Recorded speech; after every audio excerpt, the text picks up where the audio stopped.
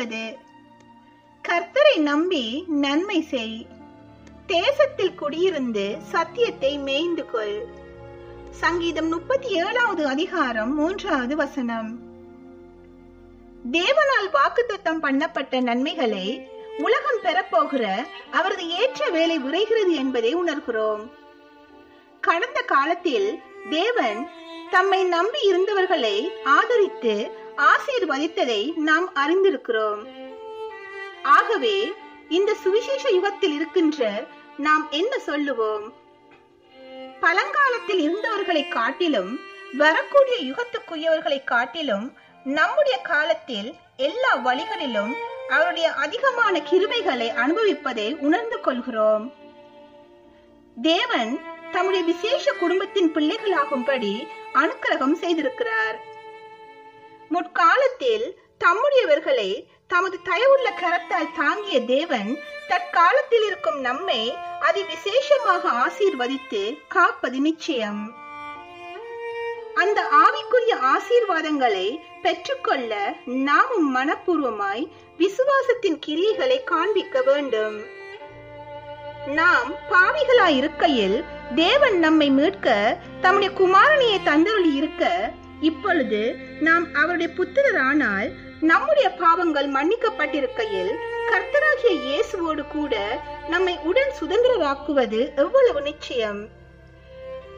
என்ன வந்தாலும் நம்புவேன், தேவன் என் பட்சத்தில் இருக்கிறார் என்று ஒருமனப்பட்டவர்களாக ஆவியின் ஜீவியம் ஜீவிப்பவர்களுக்கு தேவன் பரிசுத்த ஆவியை அதிகமாக பொழிகிறார்.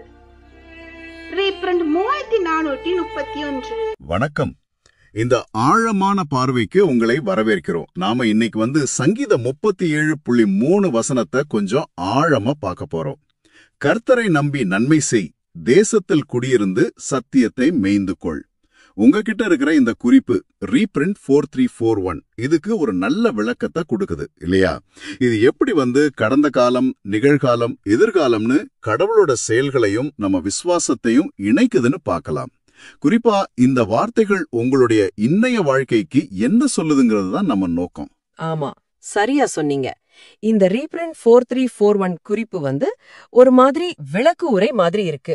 இது என்ன செய்யுதுன்னா, பழங்காலத்துல கடவுள் அவரோட மக்களை எப்படி பாத்துக்கிட்டாரு, அப்புறம் எதிர்காலத்துல உலகுக்கு என்ன வாக்குறுதி கொடுத்திருக்காரு, இது ரெண்டையும் ஒப்பிட்டு அதுக்கும் இப்போ, அதாவது இந்த நற்செய்தி காலத்துல நமக்கு கிடைக்கிற சில விசேஷமான ஆசீர்வாதங்களுக்கும் உள்ள வித்தியாசத்தை காட்டுது. இது வெறும் பொருள் சம்பந்தப்பட்ட விஷயம் இல்லன்னு நல்லா அழுத்தி சொல்லுது. ஓ சரி, அப்போ அந்த வித்தியாசம் என்ன? கடந்த கால பாதுகாப்புக்கும் எதிர்கால பூரண நிலைக்கு நடுவுல இப்ப நமக்கு என்ன விசேஷமா இருக்குன்னு இந்த குறிப்பு சொல்லுது. இங்கதான் இது கொஞ்சம் சுவாரஸ்யமா போகுது. இந்த குறிப்பு சொல்லுது, நமக்கு கடவுளோட திட்டம் பத்தின ஒரு தெளிவான அறிவு கிடைச்சிருக்கு.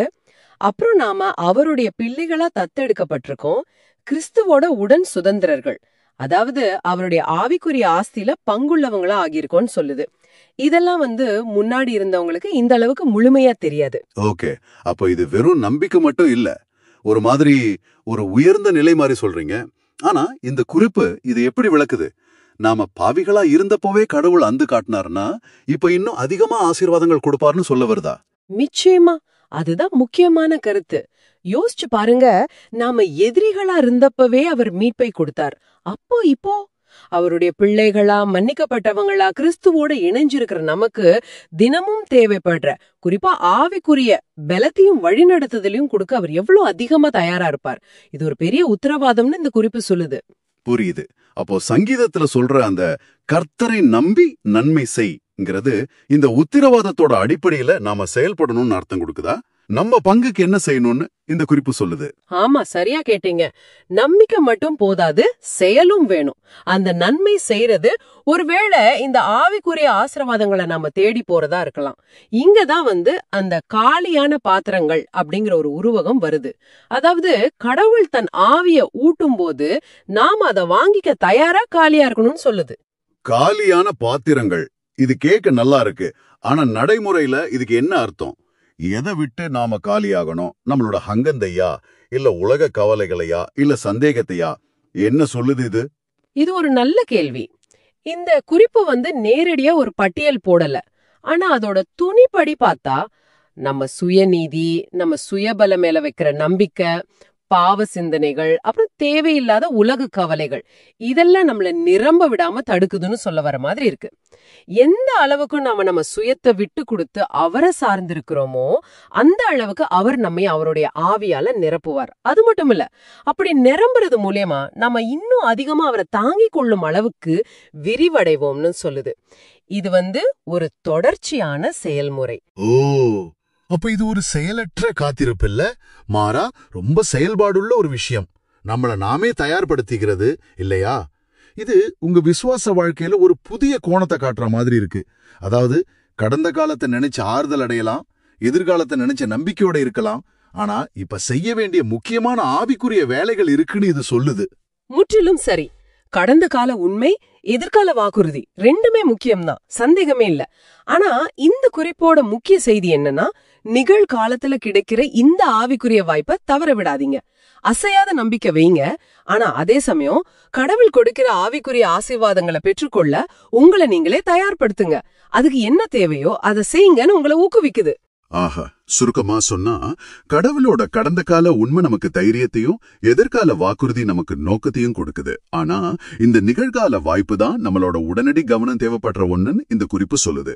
இது உங்களுடைய விசுவாசம், ஆவிக்குரிய வளர்ச்சி பற்றி உங்க புரிதலை எப்படி பாதிக்குதுன்னு நீங்க யோசிச்சு பாருங்க. நீங்க சிந்திச்சு பார்க்க ஒரு இறுதி கேள்வி. இந்த குறிப்பு சொல்ற மாதிரி நிரப்பப்படுறதுக்கு நாம காலியா இருக்கணும்.